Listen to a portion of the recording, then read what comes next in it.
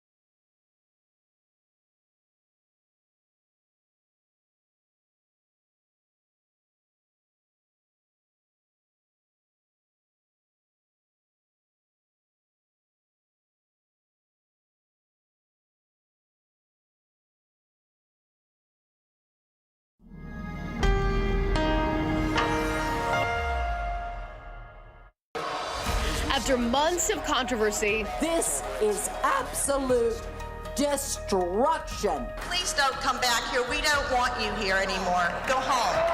And questions.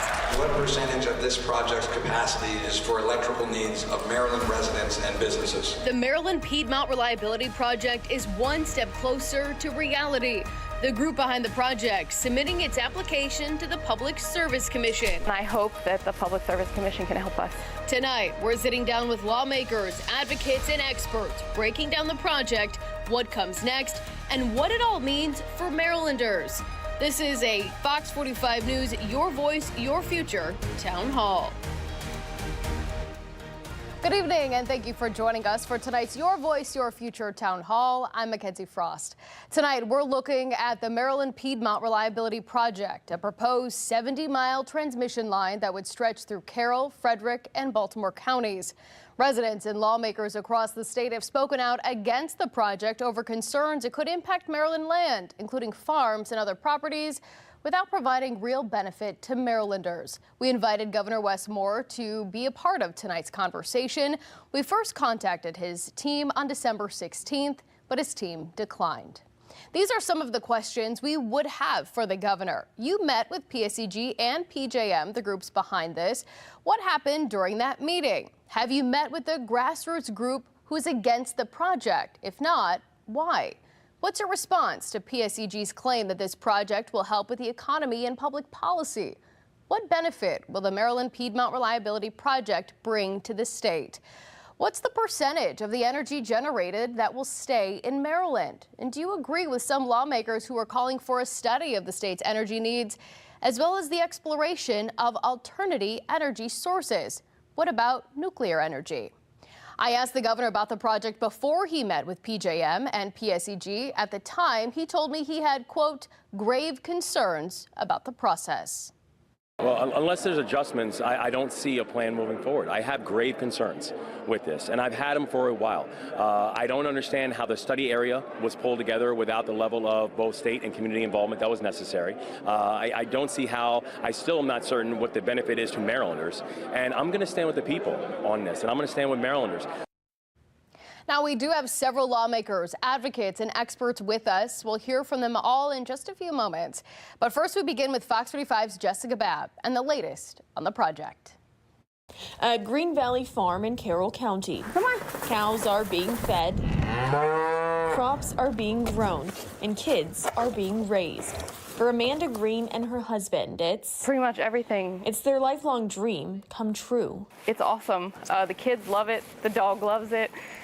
It's a lot of work, but it's what we wanted, and we made it happen, so it's awesome. Their farm, which was put in conservation easements years ago, even commemorated in this painting. And this is literally our farm. Celebrating preserved land in Maryland. But now their dream could be in danger. How ironic that the very farm to celebrate all the ag preserved land is now possibly gonna get taken for it, you know, the actual opposite of what it's supposed to be for. Green Valley Farm is right on the path of the proposed Maryland Piedmont Reliability Project, a transmission line that could take away acres of her property. From the top of the driveway, it would literally be like the whole backdrop, like everything you see. Tuesday, just hours before the new year, Public Service Enterprise Group, the developers hoping to build the nearly 70-mile transmission line, officially filed their application with the state. Every step, it's like getting worse. You know, the feeling, the thoughts, what are we going to do? How can we stop it?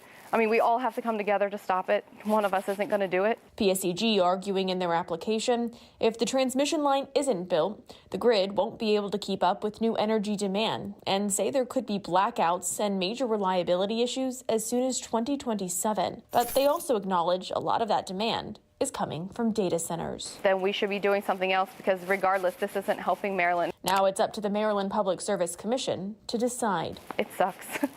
It does. It's like an undescribable feeling, because you feel like kind of helpless. Like, man, I hope that the Public Service Commission can help us. I hope they can see that this isn't okay. If the line does go up, Green says they'll lose money and says they already work full-time jobs on top of the farm to keep up. This is our extra dream, you know, so losing anything is definitely not going to help us in the long run, and it's going to be tough for everyone. If this power project gets approved and they don't agree to it, they could lose part of their property through eminent domain, even their conserved land, bearing the brunt of the drive for more data centers. It's kind of like a breach of trust more than anything, that you hope they're there to protect you, and then they could possibly just actually turn over and give it away anyway. Well, this is one example of a conservation easement. This session, Senator Benjamin Brooks is planning to introduce legislation to make sure conserved land along this entire route stays protected. I think the landowner has a right. The conservation organization has a right, you know, and we want to protect those rights. For now, farm life continues for Green and her family, and she says the fight is far from over. For now, the plan is it's our land. We want to keep it. In Carroll County, Jessica Babb, Fox 45 News. Now, thank you to Jessica for that. Joining us is the chair of the Public Service Commission, Frederick Hoover. Thank you so much for joining us this evening for this important conversation. We're glad to be here. So we just heard, we know that the application has been filed with the PSC. Can you just walk us through the process now and what the timeline looks like? Sure. So there's a statute in Maryland called the Certificate of Public Convenience and Necessity, which is essentially the permission to build process that the transmission line and generation stations have to go through in order to build this project. They have to convince the Public Service Commission, myself and the other 4 members of the commission, that there's first a need for this project to supply the reliability and power needs of the state of Maryland, and then the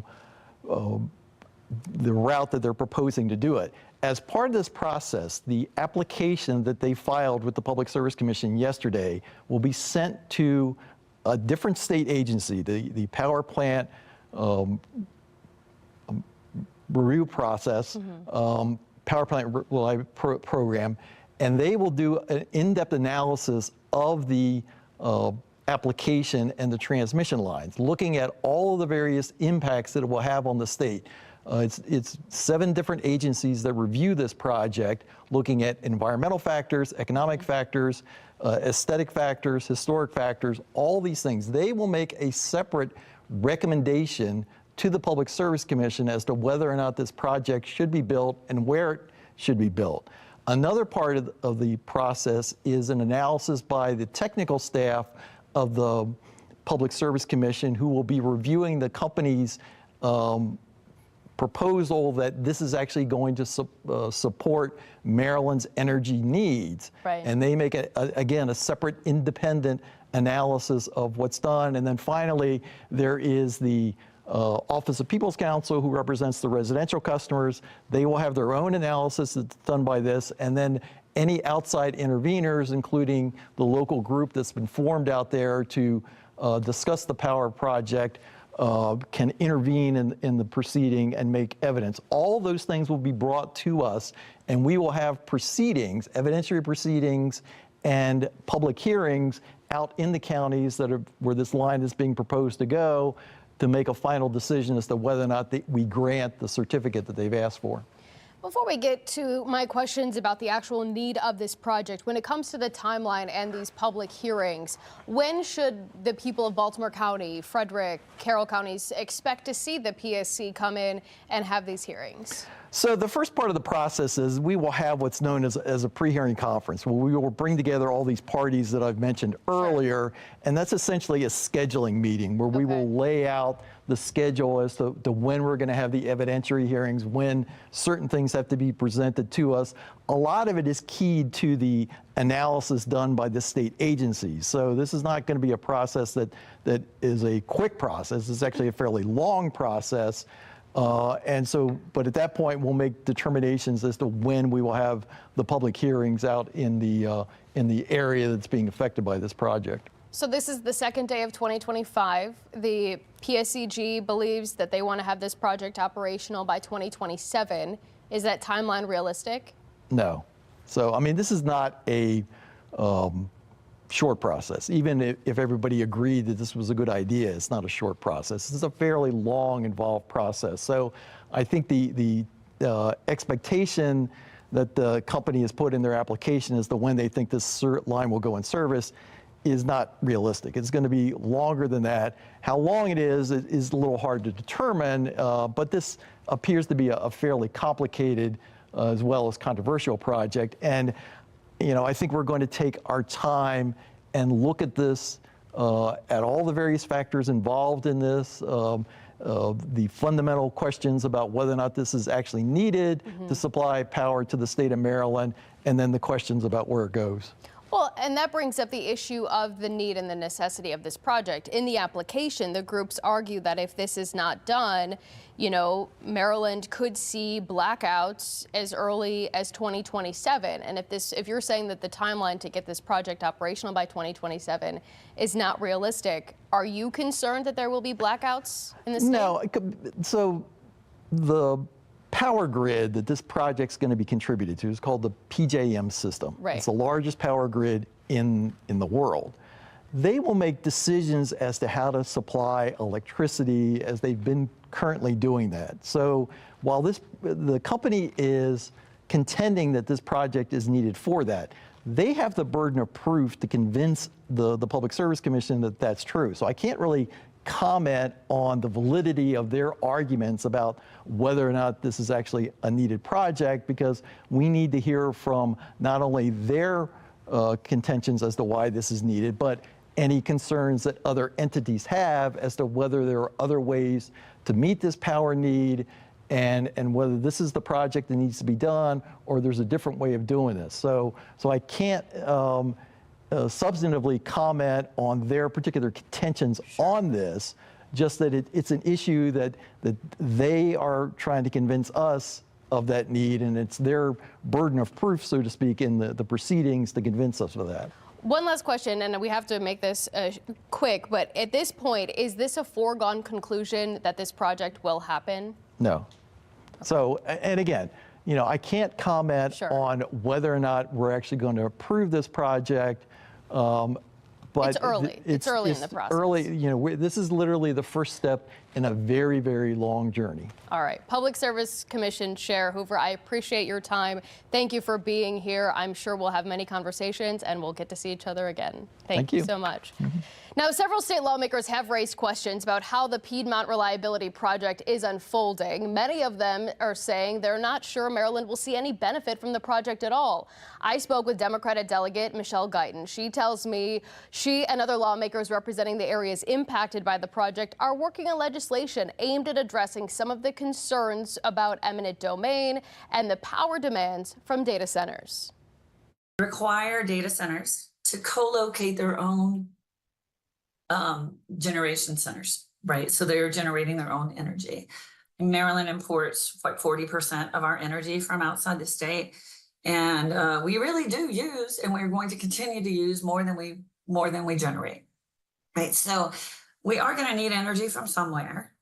And whether it's for data centers or for other things, that's going to come in the future. I mean, this is just planning ahead. So given that timeline and what we know about how that process moving forward, are you concerned that the legislation being drafted now, and by the time it's introduced in the end of session in April, would that come too late to have any real impact on the land and the concerns from people across the state that we're hearing?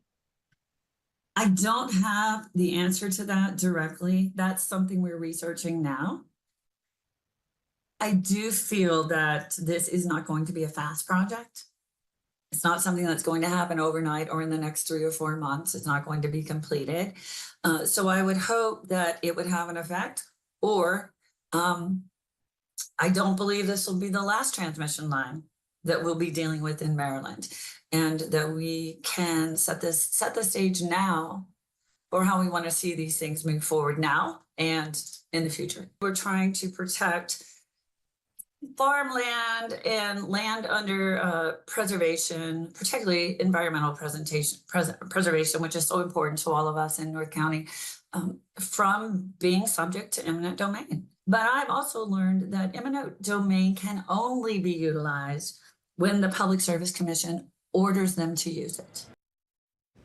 Now, Fox 45 News has heard from several Republican lawmakers who have major concerns about the project as well. Some of them will join us coming up in just a few minutes. But first, we want to welcome the head of the STOP MPRP group, Joanne Frederick, and Senior Vice President of Advanced Technology with St. Clair Broadcast Group, Mark Aitken. Thank you guys so much for joining us this evening to discuss this project. Joanne, I want to first just get your reaction to what we heard from the chair of the PSC now that this application has been filed.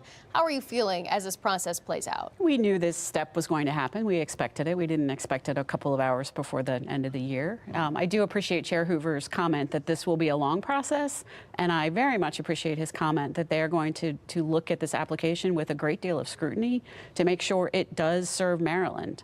And to date, we have not seen the evidence that it does.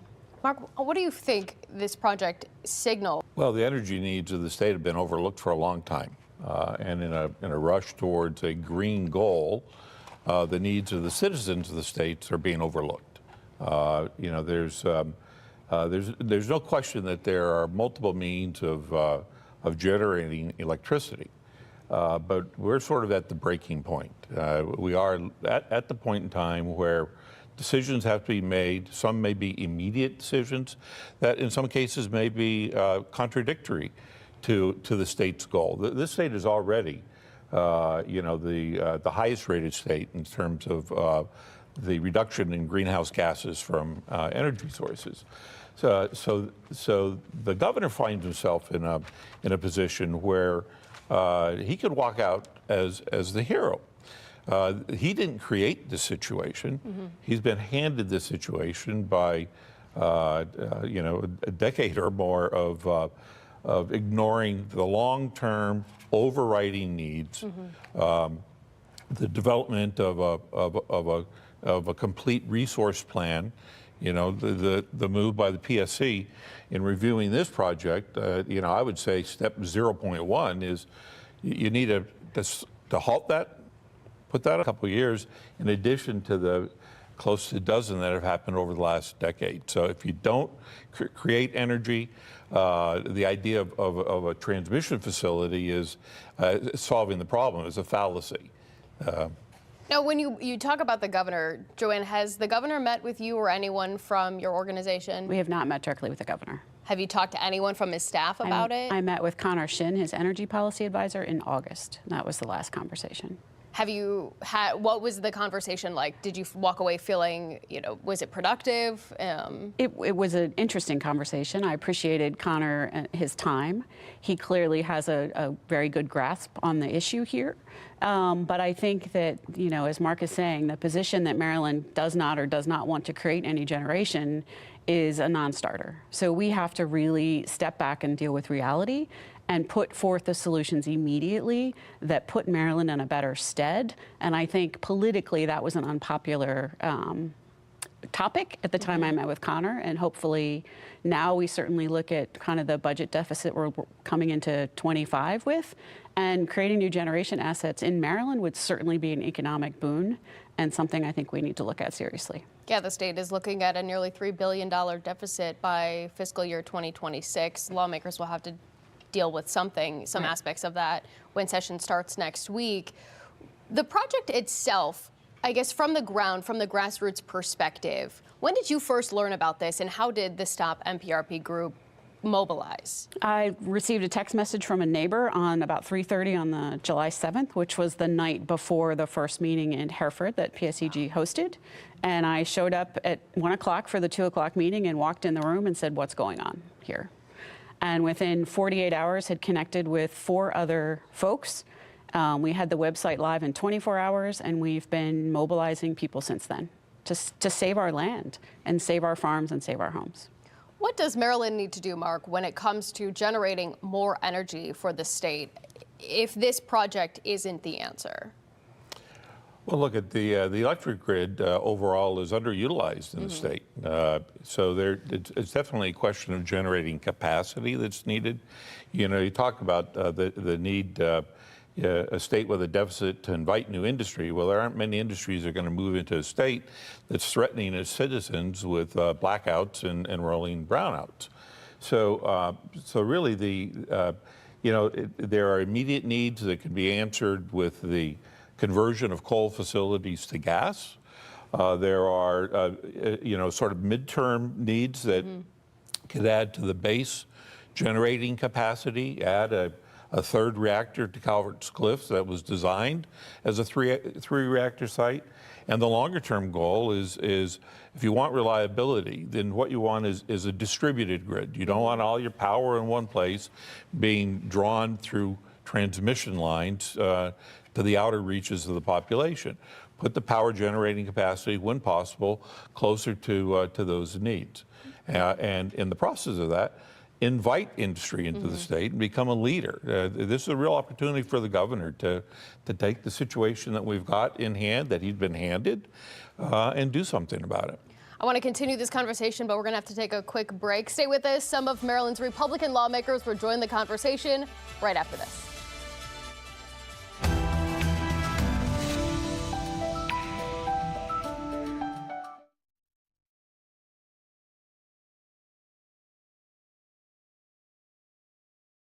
Ladies and gentlemen, I would ask if you could calm down, or we can take a break. From the beginning, a banquet hall full of farmers and landowners made their position crystal clear. So now we have till 8:30. this crowd came to be heard. Okay, we're going to take some questions. Can you? Thank you. This is one of 3 public hearings on a proposal by the Public Service Enterprise Group to build an electrical transmission line. The 70-mile line would cut a trail through Baltimore, Carroll, and Frederick counties. This is absolute destruction. Angry landowners demanded the company shut down the project, which would require the construction of 140-foot towers, which would carry high-voltage electricity. If granted approval, the company could have the right to seize farmland under eminent domain laws. You are tearing up the livelihood of a lot of farmers in Baltimore County, Carroll, and Frederick. Our land, our homes, our farms, and our way of life in Maryland is not for sale. I don't want to use it. We don't want to use it. It was always intended to be used as something of last resort. State Senator Chris West is introducing legislation in Annapolis next year aimed at delaying the project and finding a better solution. Alternatives to the new line have not been considered, as PSEG has a signed contract to build the new line and is uninterested in possible alternatives to the new line. You care more about the stock price than all these people's livelihoods, their net worth, their careers, everything, right there. Some residents are calling on the governor to step in. Generations of farmland, they say, are at stake. So what we're telling you is no, pick up your toys, hit the pike, go down to also Brooks. We want to save our farms.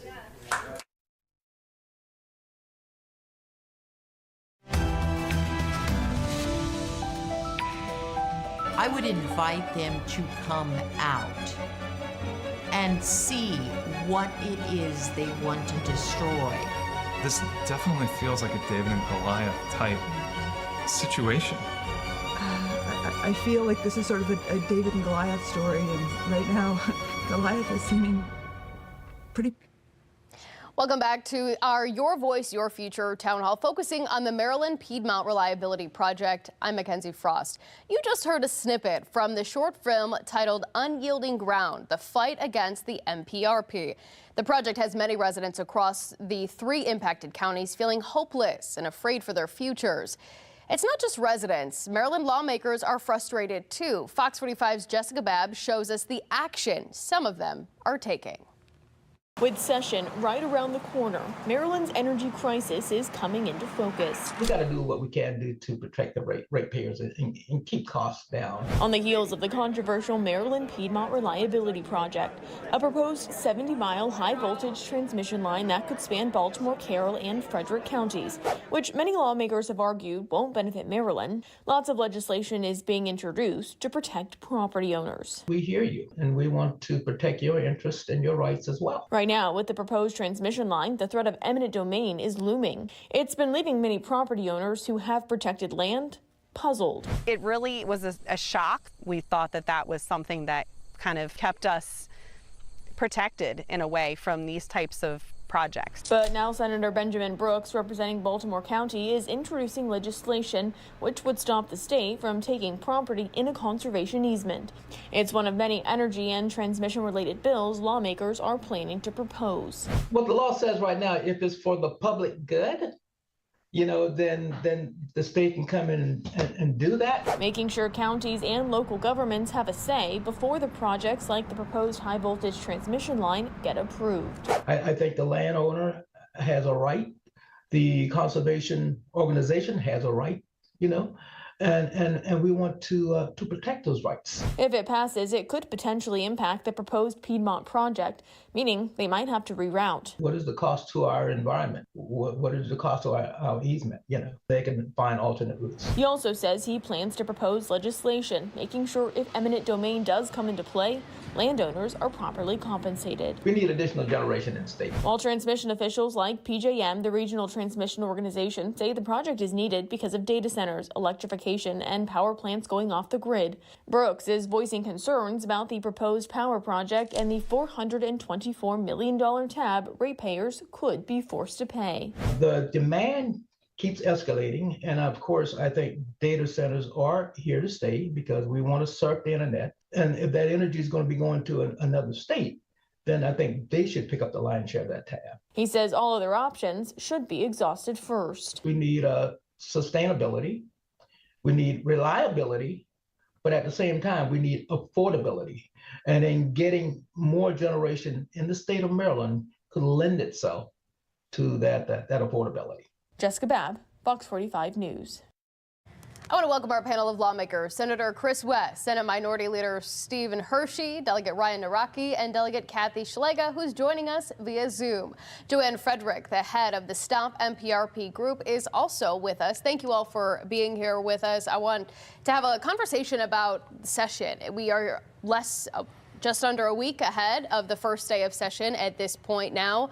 Looking at all the legislation that is being prepared, Senator Hershey, I want to start with leadership. Have you had conversations with the counterparts on the other side of the aisle? Do you think that the transmission line project will be something that there's appetite for moving forward? Yeah, Mikenzie, I think we're going to see a number of pieces of legislation dealing with energy policy. As you've heard throughout this conversation, it's not just this one transmission project, but it's a capacity issue, it's a generation issue. And, you know, in having my conversations with those across the aisles, I've been very pointed and said, you've put us in this position. I mean, this is strictly, we're in the condition that we are in because of the policies that have been created by the Democrat majority over a number of years in Annapolis. And right now, Maryland imports 40% of its energy. And so that's coming from all different states. So we are reliant on other states to be able to provide us enough generation. But in order to do so, that has to come through transmission lines.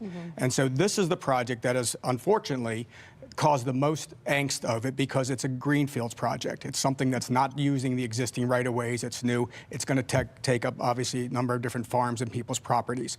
So we're going to look at, I think, this holistically from the entire perspective of what can we do to increase in-state generation, what can we do to make sure that these projects that have to come through from out of states are done so in a way that it impacts the least amount of private land as possible, and then see what we can do from there. Senator West, I know that you've talked about a piece of legislation to study the energy needs of this state. Why is that important amid this conversation right now? I think that's the first thing we need to do. There are all these conflicting arguments. We don't have a single energy policy in this state. We have lots of different policies that have been enacted on an ad hoc basis over many years. We need to get everybody on the same page. So I'm introducing a bill to have a top-level task force to spend the calendar year 2025 studying where we're going if we stay on the same trajectory we're on right now. Where will we be 5 years, 10 years, 15 years from now? And if we adopt a new trajectory of only, say, importing 25% of our electricity from other states instead of the 40% we're doing today, which is only going to go up, given the fact that we're phasing out lots of these generating facilities. If we get down to 25%, where will we be 5 years, 10 years, 15 years from now? And if we conclude we're in a better place with a different trajectory, how do we get from here to there?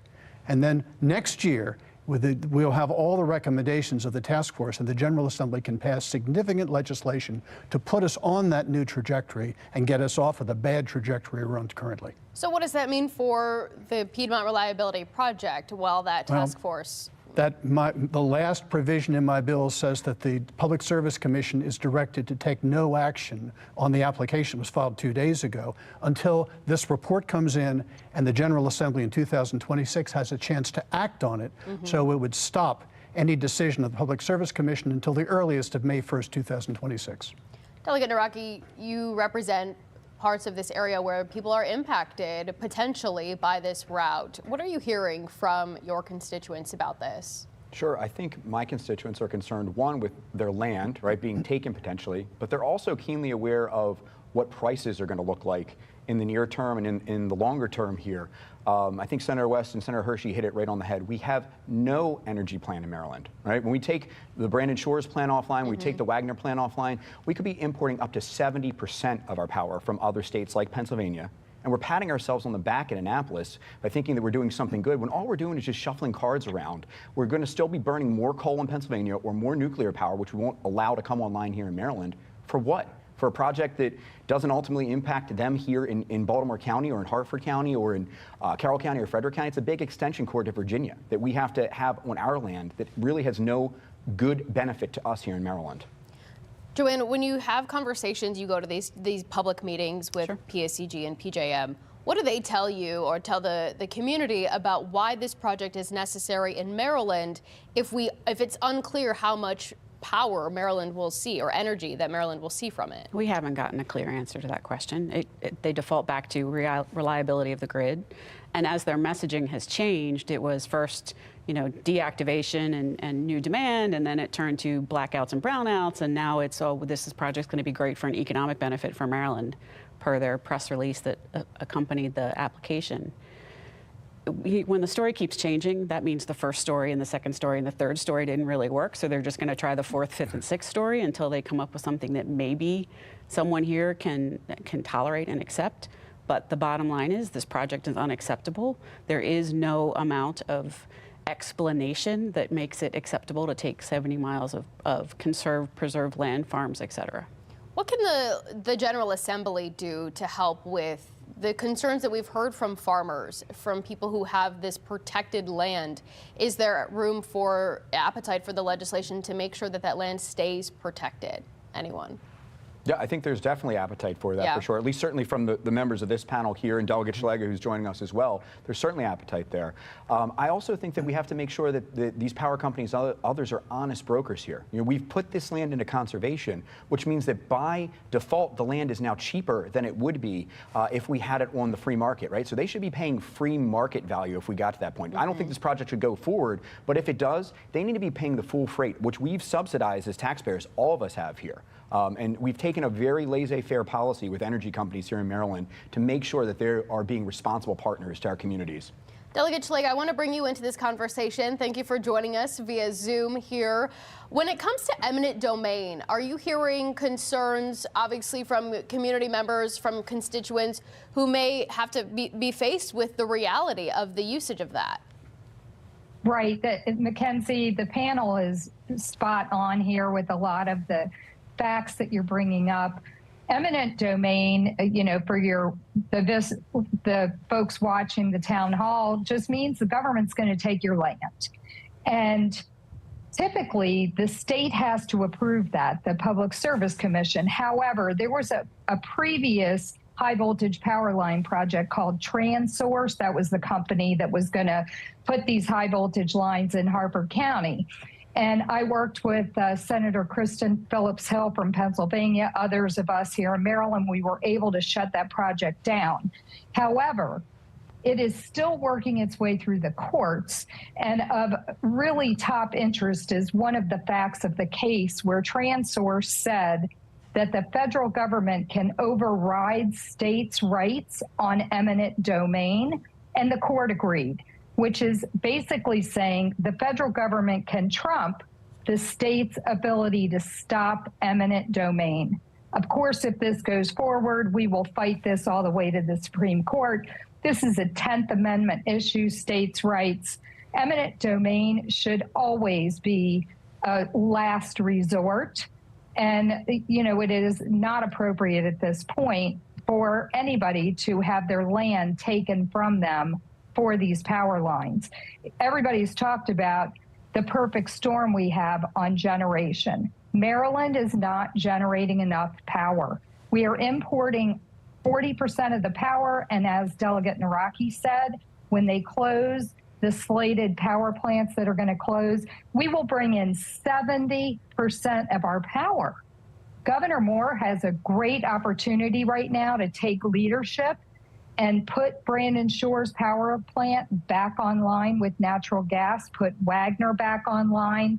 We have to abandon the high-cost offshore wind projects. Solar projects can only play a small part in that portfolio, but we really need to focus on generating all the power that we need right here in Maryland.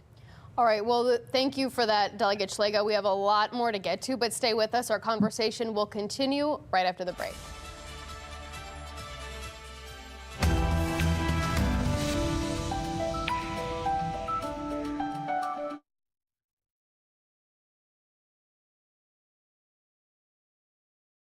Save the turtles! At Carroll County's Agricultural Center, hundreds of landowners vowed to stand their ground. From the owners of a summer camp, It's going to change our landscape drastically. to a granddaughter fighting to save her grandparents' home. It's heartbreaking. I mean, this is really, really incredibly stressful for them. The Public Service Enterprise Group wants to cut a 70-mile trail through communities in Baltimore, Carroll, and Frederick counties. The electrical transmission line would require the construction of 140-foot towers, which would carry high-voltage electricity to Virginia. And so what you've seen us do today, and what we really did starting in October, is we started presenting what's called our proposed route on or about October 18th. And that leads us to where we are today. But at a public meeting, landowners grew tired of listening and demanded to be heard. I just want you all to know that PSEG really does not care what any of you have to say tonight. They are fuming over the prospect of losing their property, which the company could seize under eminent domain laws. They have no problem destroying our lives to expand the DC market. No amount of information nor any amount of money will make this project acceptable. Where's that camera? President Trump, we need your help. Some owners appealed to politicians to step in. They're cramming it down our throats while they're shoving it up our tailpipes, and the only person that can help us is you, President Trump. Now, you can draw your own conclusion about our governor, but my thing is, you know, the silence speaks volumes. I mean, is he being promised something? Is he getting something? I mean, he's not looking out for the people of this state. While the company insists eminent domain would only be exercised as a last resort, some owners predicted that may not be enough. There's a sign the gentleman's holding for me that says, no trespassing, private property protected by the Second Amendment. And we do have the right to bear arms to protect our property. The company is yet to be granted a permit for the project, but many owners are vowing a fight to the finish. And please don't come back here. We don't want you here anymore. Go home.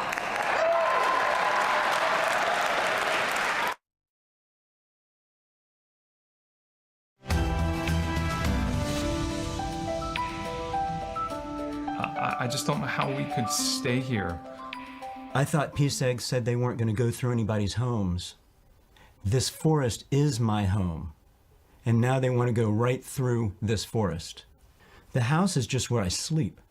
The rest of the home is outside of those doors. By destroying those trees, you are destroying my home. This is corporate greed. They're looking for the quickest, and they don't care what happens in its path. Once land is gone, it's gone. Welcome back to our Your Voice, Your Future town hall focusing on the Maryland Piedmont Reliability Project. I'm Mikenzie Frost.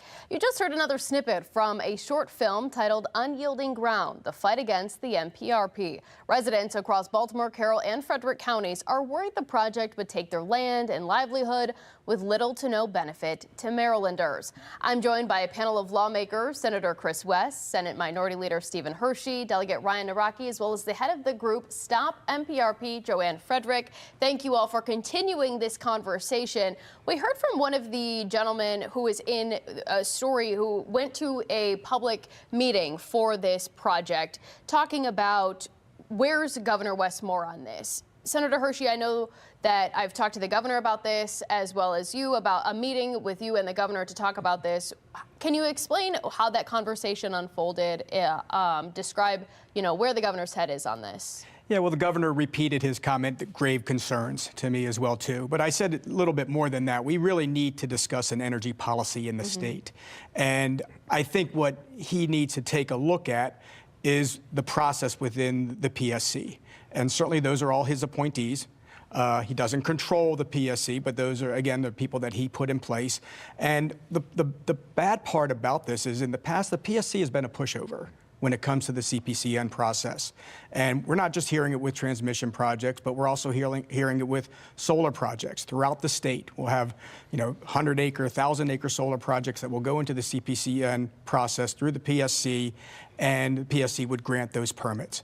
And so that's one of the big problems, and that's something we've tried to address from the legislature as well, too.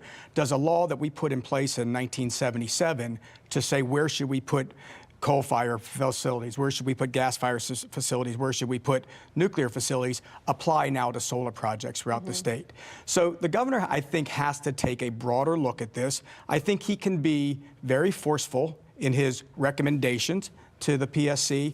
I think that he can say that we need to put a pause on this, as we've been talking about as well, too, and say, let's take a better look at all of our energy policy, what we're going to do in the state of Maryland to solve our generation concerns, and then look at a number of these transmission projects. I mean, keep in mind, there's 5 transmission projects that are in PJM's Window 3 that's coming out. So it's again, this is the biggest one because if it's a greenfield, but other ones are going to come through as well, too, and they're all going to cost ratepayers more money. And that's one of the big concerns as well, too. I certainly understand someone taking away their property. And again, we're seeing that on the Eastern Shore with solar projects. Not as invasive, but certainly, taking up lands. So all of this needs to be looked at together and say, how do we better manage the electricity needs of the state? When you talk about ratepayers, earlier this week, the governor of Pennsylvania filed a complaint with FERC against PJM's capacity auction plan. So the conversation about energy generation and regulation obviously stretches beyond Maryland, and we know that this line, generates from right up to the PA line all the way down to Frederick, and the conversation about where this energy is going is happening. But Senator West, your potential legislation that you're planning to introduce talks about a study of the state's needs and looking at this plan. Why is this happening now if this project or this problem has been a problem for many years? Well, I will tell you, until 6 months ago, all I knew about electricity is what I learned in 9th grade high school. So I am a late learner, but when I've got thousands of constituents extremely upset, it does focus the attention. Sure. So I've basically spent my summer educating myself about these issues. The main thing I have learned that should be of interest to the Public Service Commission is that this project provides absolutely no benefit to the state of Maryland. It is a long extension cord that goes from the Pennsylvania line down to Point of Rocks, a little tiny community on the north bank of the Potomac River. There's no electricity needed near Point of Rocks. What there is a transmission line there that takes it directly to Loudoun County, Virginia. So every single electron coming through this proposed line is going down to Virginia. It's not going to be used in Maryland. Maryland gets no benefits from it whatsoever. It gets all the detrimental impact. If Maryland did see some benefits from this project, would people be more open to it? I think that let's step back and say the first thing we need to do is optimize the assets we have in Maryland. We have opportunities here to take what's already existing and make it work better. There are grid enhancing technologies, there's new battery storage, there's all these technologies coming online. But that's not what PJM does. PJM has one tool, and that's transmission. So as part of this study, do we owe it to ourselves and do we owe it to our fellow Marylanders to say, okay, let's optimize what we have in the short term, stop wasting time, energy, money, resource, and pain and agony on this proposed MPRP. We heard Chair Hoover say there was no way this was going to happen by the in-service date required. So should we just use our brain power and our time and our energy to actually start crafting the solutions we know we can and we know we need for the future? That seems like a much better place for all of Maryland. Whether this project or power is needed is really not the conversation. Looking at the legislation that's being floated from lawmakers on both sides of the political aisle, we heard from Delegate Guyton as well as others in some of our previous reporting. When it comes to this plan, do you think that there really will be, we will see some of these plans moving forward? Will we see the governor sign the energy study? Will we see more transparency? I know one piece of legislation is that where's the proof that other alternative routes were being considered before this project was really introduced and the route was finalized? Delegate Naraki, do you think that those plans will see success? Sure, I think some of them may see success. Sure. You know, I hope that, say, Senator Westbill sees some success, because I think we do need a real plan here in Maryland. But that being said, I don't think most of them get to the root cause. One, it's a failure of leadership, right? The governor has been running around for the past 6 months campaigning for president in a couple years, all around the country, not focused here in Maryland. When we know already, when we shut down Brandon Shores, we shut down Wagner, we've been told by the People's Council that the cost of energy at least will go up 25% for all ratepayers in the BGE marketplace, and that's a big chunk of the state. Where's the governor been with all of that? This is not something that's just come out of nowhere. He's absent on that. He's absent on longer-term solutions, right? There are plenty of options. Let's bring natural gas online to a place like Brandon Shores. We can look at nuclear in the future, things like that. He's completely absent, and without that leadership there, we're going to have a hard time getting a good plan together to tackle these bigger long-term issues in the future. Senator Hershey, where do green energy plans, solar farms, wind farms, where does that play into this conversation about looking at generating more energy for the state? Is that just a small part of this? We need to look elsewhere, or does that play a role here? It's an extremely small part. Not getting too wonky, but when you talk about nameplate capacity on how much they generate, Sure. There's also a capacity factor of that. So when you look at nuclear, it's 95%. When you look at gas and coal, it's in the plus 80s. When you look at solar, it's about 10%. So you create 100 megawatts, you actually get 10 megawatts of power out of it. So renewables are not the solution here in Maryland, certainly. That's what's being discussed. Now they're talking about battery storage. I mean, right now, battery technology allows 4 hours of storage. So we're not going to get there either. Nuclear, as they've been mentioning, yes, there are some upgrades that can be done to Calvert Cliffs that can increase the capacity down there. Again, taking a period of time. New nuclear, about 12 years away. You know, the country has built one new nuclear facility down in Georgia, the Vogel facility. Started off as a $15 billion project, ended up a $30 billion project. That is not a near-term solution either. Where we're seeing near-term solutions is gas. And Pennsylvania is doing it. They're fracking. They're putting combined cycle gas generation facilities right there. That's why they're leading right now in export. And as we've been talking about this, and I know there's a lot of blame on where data centers are going, data centers are not going to come to Maryland. Okay, there's no reason for a data center to come to Maryland if there's no capacity there. Where they will go is to Pennsylvania and Virginia. And what will happen is Pennsylvania and Virginia will generate enough capacity to meet the demands of the data center and drive their economy, and leaves Maryland out in the cold, and literally out in the cold, because at the time that they're talking about 2027, they're talking about blackouts. Brownouts will happen long before then. And that's the concern that we need to get to where we're having to go back on a number of policies that have been created and slow them down. When we talk about the Climate Solutions Act, now we're talking about the Climate Commission that just comes with $1 billion a year on how we're going to, make some changes to, strengthen the environmental concerns with climate change. Those all have to be looked at, and we have to see, are we putting the limited state dollars that we have in the right locations? Right. Well, I thank you all for participating, your expertise. I look forward to continuing the conversation session next week when it begins. Stay with us. A pair of experts will join us to talk about potential alternatives to the transmission line right after this.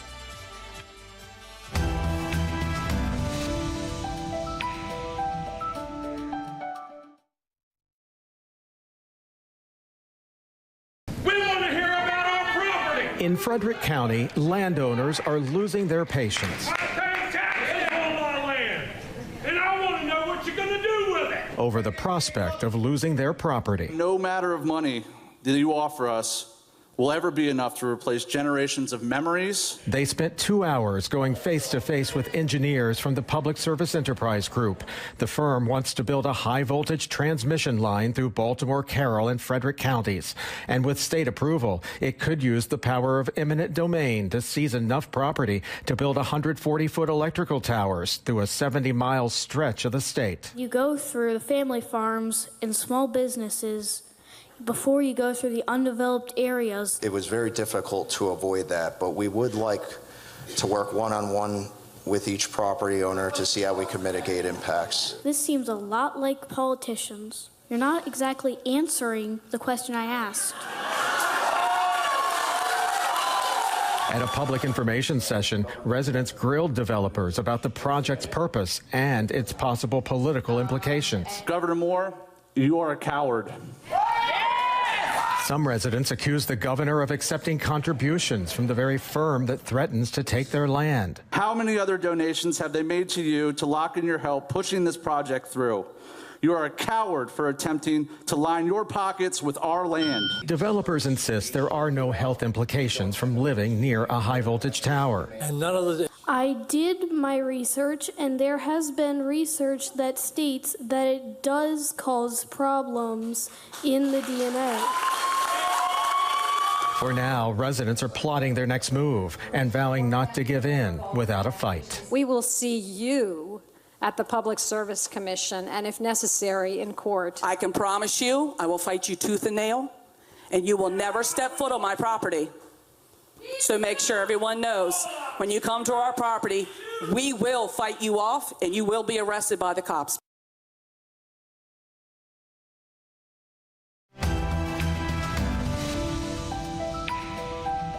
Doesn't matter if it's a small property or a large property. To find some industry thinks it's okay to destroy all of that to benefit someone other than us. I don't understand. I can't comprehend that, and we can't allow that to happen. We're hearing this news from our neighbors. It's not like we're being contacted by this corporation that plans on taking our land. But there are ways to do this that don't involve destroying the natural world around us. Welcome back to our Your Voice, Your Future town hall, focusing on the Maryland Piedmont Reliability Project. I'm Mikenzie Frost. You just heard a snippet from a short film titled Unyielding Ground, the fight against the MPRP. And as you heard, some residents are looking for alternatives to the transmission line project that would have less of an impact on their land. Well, joining us now to talk about the technical aspects of the project and some possible alternatives, Senior Vice President of Advanced Technology with Sinclair Broadcast Group, Mark Aitken, and President of Grid Strategies, Rob Gramlich. Thank you both for being here. I appreciate your time. I want to start about the grid. Can you just explain how this process works? And we hear a lot of conversations about we need to strengthen the grid. We need to have more grid reliability. What exactly does that mean?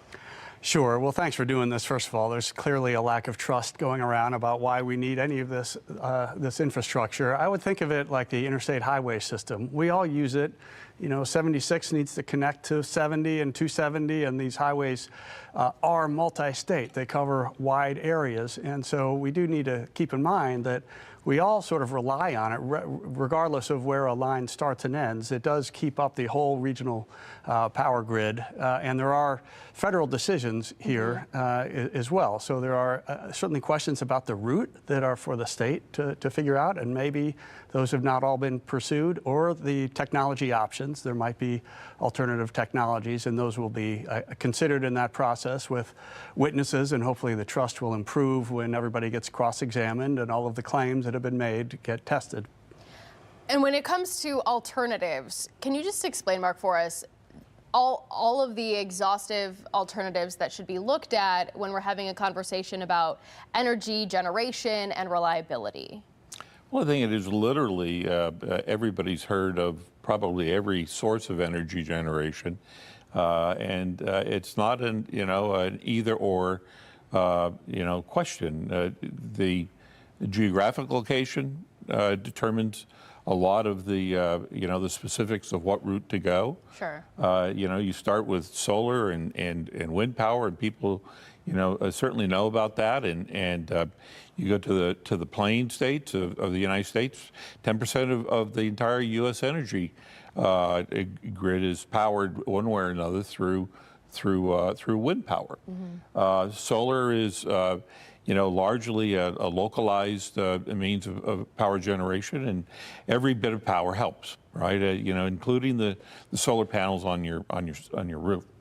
But when you get to the base load capacity, the types of technologies that are available become more limited. Mm-hmm. You can still do some renewables if you have sufficient battery storage, but battery storage is still in its infancy, and we're experimenting with various advanced battery technologies to try to store that 90% during the day that needs to be spread across the day, that there is not sunlight. But you get to everybody knows about nuclear, but nuclear is not one size fits all anymore. You know, Senator Hershey made the comment, you know, 12 years away. Well, I'm an optimist, and I think it's a bit closer than that, but not much closer than 10 years for some of these technologies that, like a small modular reactor, literally things that fit on, you know, on the back of trailer trucks and freight cars on the railway that can be moved in. They don't generate, you know, the capacity of a major nuclear facility. But, you know, 300 megawatts, which is sort of the top end of a you know, SMR, small modular reactor, well, that's enough to power 180 to 200,000 homes. So putting the proper technology into place, minimizing where possible the transport of that, because there are losses from transport, but you're never going to get away from wires, probably not in my lifetime. Quantum physics is coming a long way, but we're not close to that yet. So, you know, all the way to advanced technology like fusion, where you have your first commercial facility that's being built now, with certainly the hope that there'll be generating capacity from that inside of the next 10 years. So our energy demands are now. We need to take advantage of what we have now, but we need to plan for the future. And that's the, you know, I think that's the reoccurring message on both sides of the political aisle. This is, you know, this is about putting people before politics. And I think we're in a great position as a state in the shape that we're in to draw upon our resources. And I can tell you, after several decades of activities in standards making process, we're not going to, nobody's going to walk into the House or the Senate and get agreement on anything. That's true, but I apologize, I have to interrupt. We're out of time. This conversation, there's so much to discuss. I appreciate everyone's participation, and Fox 45 will continue to follow the Maryland Piedmont Reliability Project throughout the legislative session as the Public Service Commission considers this application. Thank you so much for joining us. This is a Your Voice, Your Future Town Hall. I'm Mikenzie Frost. Have a great night.